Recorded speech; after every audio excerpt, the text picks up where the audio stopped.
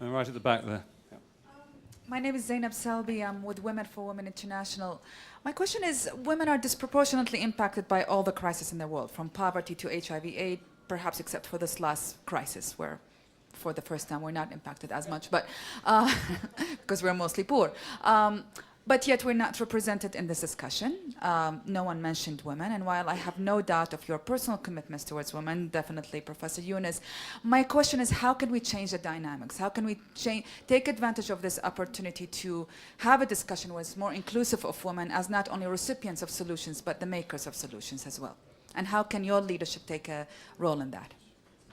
Well, you can highlight the examples of microcredit in that case, where it's basically oriented towards women. And in this crisis, only good news about this crisis is microcredit programs all over the world doing very well. They have no crisis in them. Their repayment is still very high, without collateral, without legal instruments or lawyers poring over those documents. Still the repayment. You run your own microcredit program. Your program is doing very good too. So while the banks, big banks particularly, are collapsing with all the collateral and all the lawyers, the loans to the poor women are doing wonderful things. So this is one happy news, that the next round, when I was suggesting that as we emerge from this crisis, let's not go back to the same old normalcy. We create a new normalcy. In that new normalcy, the financial system should be an inclusive system, so that nobody is excluded. So there, women would be included into it. Poorest person will be included into it. And that should be our goal. That's what the redesigning process should start right now.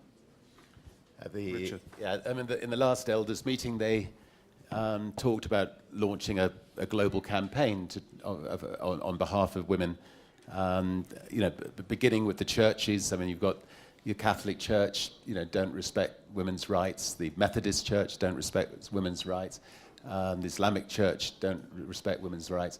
And just to start, really start a global women's movement to try to get equality of women in everything, and of course in these panels in future as well.